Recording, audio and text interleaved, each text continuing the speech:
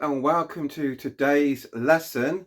We are going to be looking at the verbs to make and to do. Do you find these two verbs, make and do, confusing? Should you say I make a mistake, or should you say I do a mistake?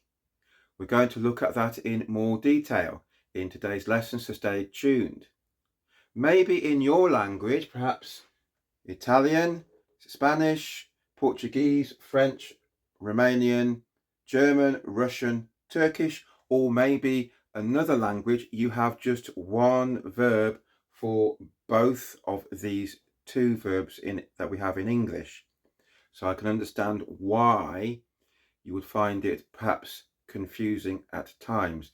In fact, this lesson was inspired by one of my subscribers, Mario Gusho, commented in one of my previous videos saying that he found these two verbs confusing, which one he should use in any given sentence. So thank you very much, Mario, for letting me know about that and giving me the inspiration for this lesson. For all of you, my wonderful viewers and students, if you have something that challenges you in English, something that you can't quite get your head around, that you can't quite understand or grasp, then do let me know in the comments and I will make a video just for you. And I will give you a mention as well as a thank you. So let's get on with today's lesson. Or before we do, one more thing. I do have a PDF guide that accompanies this lesson. It comes with over 50 collocations using the verbs to make and to do. Gives you a clear definition of what each collocation means and an example sentence, so you know how to use it in everyday English to sound more natural and more fluent. So if you want a copy of that PDF, you can download it via my Patreon page. Just scan the QR code on the screen now or click the link in the description below. And that will give you access not just to the PDF, but also all my other guides, PDFs and articles on there. Plus, you will become part of my growing community. You'll get additional one-to-one support from me, plus a range of other valuable resources to help you to improve your English and feel more fluent, more clear, and more confident when communicating in English.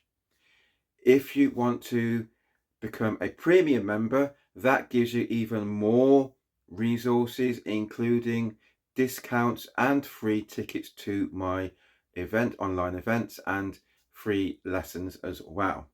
So click that link in the description to join my Patreon, either as a free member or as a premium, whichever your budget allows. Let's move on with today's lesson. So to make and to do, is it I make a mistake, or is it I do a mistake? There is a logic, surprisingly, to when you use make and when you use do. Let me write it on the board. So when do we use make? If you are producing or creating something, then you use make. If that thing did not exist beforehand, then you make it because you have to produce or create it. If you are completing or performing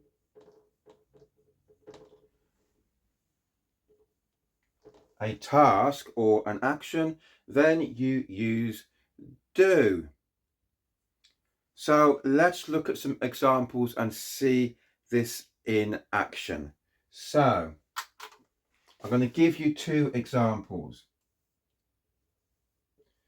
Breakfast and homework. Do you make breakfast or do you do breakfast? Did the breakfast exist beforehand? No, it did not. You had to bring together the ingredients to produce that meal, your breakfast. You had to perhaps fry the eggs, put the bacon under the grill, put the bread in the toaster, or whatever you're having for breakfast. You had to bring those ingredients together to produce that meal. So we make breakfast. Excuse me. We make breakfast. What about homework? Do you do homework or do you make homework? Again, did the homework already exist? Well, yes, it did, because your teacher assigned you the homework. He gave you the task, and there's a clue. He gave you the task to perform, to do, to complete. You had to complete the homework. So we do homework. We don't make homework, we do homework. So those are two examples. Let's look at some more examples and test your knowledge. So I'm going to pause the screen whilst I clear the board. So now we have three more examples. Let me test you, see if you understand the concept. I've left the concept on the board for you so you can refer to it. So let's look at these examples. First of all, a cake. Do you make a cake or do you do a cake? Well, are you producing it? Are you creating it? Did that cake exist beforehand? Or have you got to complete or perform a task of a cake? A cake isn't a task, is it? It's a thing that you have to produce or create. So which is it, do you think? It is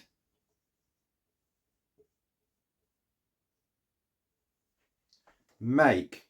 We make a cake. What about exercise? What do you think? Is it I make exercise or I do exercise? Do you have to produce the exercise or create it? Or are you completing or performing the task of exercise? What do you think? If you said that you're completing or performing a task and that it is do, you are correct. Well done. And then finally, noise. A noise.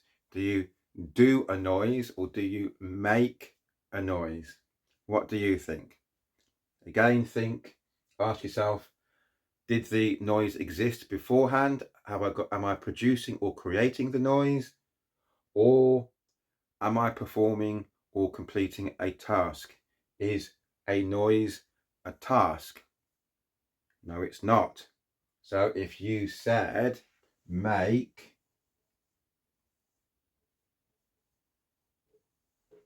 then you are correct. Well done. Well done. Let's look at some more examples. So here are three more examples. The cleaning, a phone call, shopping. So let's look at the first one. Blank, the cleaning. Do you make the cleaning or do you do the cleaning? Is cleaning something that you produce or is it a task that you have to complete or perform? What do you think? Have a think about it. If you said it's a task that you have to complete or perform, you are correct. You do the cleaning. Well done. What about a phone call? Is this a task or is it something that you produce or create? This one's a bit more challenging, really. What do you think? Let's think about this one. Is it a task? Is a phone call a task? You could possibly say so. I can understand why some might say so. But think about what you're doing on a phone call. You're having a conversation. Did that conversation exist beforehand, before you picked up the telephone? No, it didn't. So if you said make a phone call, you are correct. Well done. And then finally, do you do shopping or do you make shopping? Are you producing or creating the shopping? Did the shopping exist? Did the items that you want to buy exist beforehand?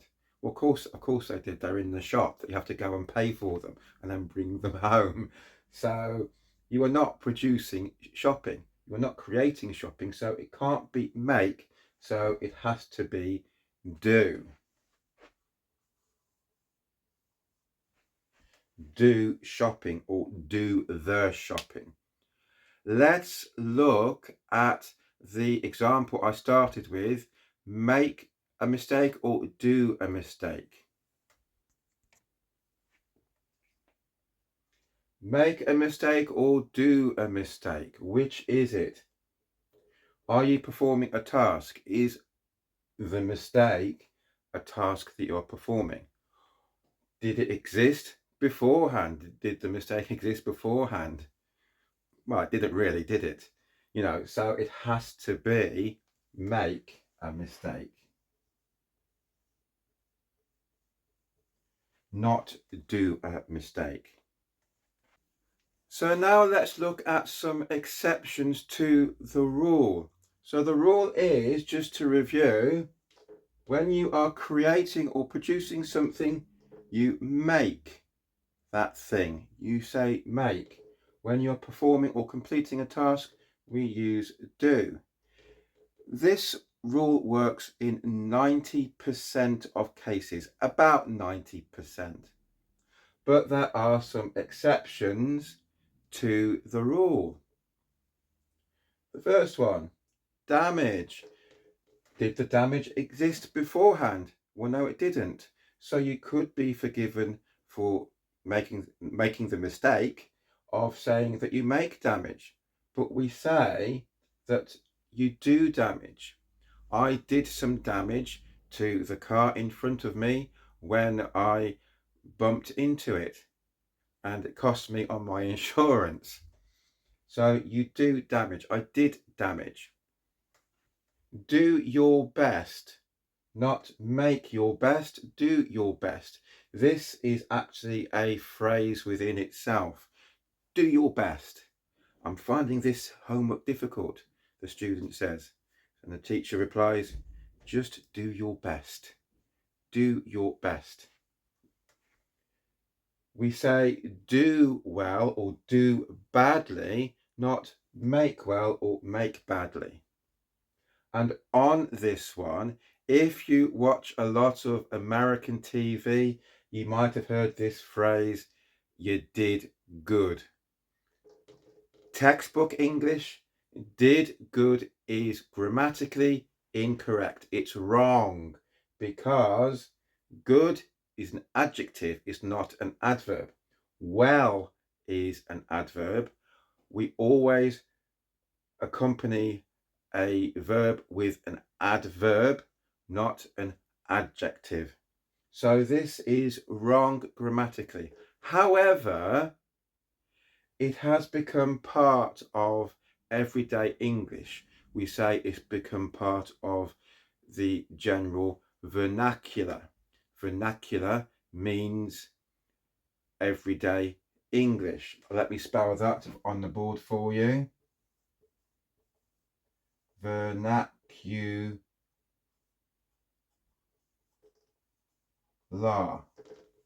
means everyday English, general words that we use every day, everyday language. So did good has become part of the everyday vernacular because everybody says it. So even though it's textbook wrong, if I heard a student say to maybe another student or to me even, you did good, I would not correct them, because if native English speakers are allowed to break this rule, then so are you. And it helps you to feel more fluent, have greater clarity, and more confident when you are communicating in English. So, did good technically is wrong, but it's something that everybody says, so it's become part of the everyday vernacular, everyday language. So here's a quick test for you. I've got 6 phrases for you. I want you to see if you can, by applying this rule, that make is used when we are creating or producing, do is used when we are performing or completing a task. So by applying this rule, I want you to see if you can fill in the blanks. Let's do this together. The first one, a reservation, as in a reservation at a hotel, reserving your room or reserving a table at a restaurant perhaps. Do we make a do we make a reservation? That's a big mouthful. Or do we perform? Do we do a reservation? Did the reservation exist beforehand? What do you think? Have a think about it. It didn't exist beforehand, so if you said that you make a reservation, you were correct. Well done. What about the next one? Research. Do you make research or do you do research? Which do you think it is? Let's apply this rule. The research, is it something that you are creating or producing? Or is the research a task that you are performing or completing? What do you think? If you said that you are completing a task, then you are correct. If you said do, well done again. What about friends? Do you do friends or do we make friends? What do you think? Did the friendship get in my mouth, tongue tied now? Did the friendship exist beforehand, or is the friendship a task that you have performed? It is, so the friendship did not exist, so you had to create it. So if you said that we make friends, again, you are correct. Well done. Your hair. Do you make your hair or do you do your hair? I haven't got any, unfortunately, but I do have to shave it. But if you do have hair, do you make hair or do you do your hair? What does this mean, your hair? Is it a task that you are performing or is it something you are creating? Well, if you've got lots of it, you don't have to create it already, do you? But tidying your hair, making it all nice, combing it, brushing it, styling it, is that a task that you are performing? Yes, it is. So you do your hair. Another exception there. Make it look nice. To make something look nice. Again, it's kind of confusing because you are actually performing a task by making it look nice, but it's one of those exceptions to the rule. Next one, progress. Is progress something that you create, or is it something that a task that you perform, that you complete? What do you think? So is this something you are creating, or is it something you are performing? Did the progress exist beforehand? No, it didn't. So if you said make progress, well done. And then finally, business. Do we say I make business or I do business? What do you think? Is business a task that you perform, or is it something that has to be created? It is a task that you perform. So you do business. And if you said you do business, well done. So, in quick review, make versus do, create or complete. Can you remember which one is create and which one is complete? That's correct. Make is create. Do is completing a task or performing a task. So now you know the difference between make and do. If you have found this lesson valuable, useful, then please do give it a like. It helps the channel, tells YouTube that this is valuable content, and to put out to more people, help me to reach more English learners. Please also share it with your fellow students and learners. They will benefit, and I'm sure they will love you for that. So please do share it. And remember to subscribe to this channel and click the bell so that you get notified every time I create a new lesson. Remember to get your PDF via my Patreon page. It's free to join, although there is a premium membership if your budget will allow, which will give you discounts and free lessons, etc. Plus you get a whole range of other resources to help you learn. Well, thank you very much for watching. Do come back for my next video, or perhaps watch this one that's coming on the screen now. And until next time, take care, stay safe, and keep learning.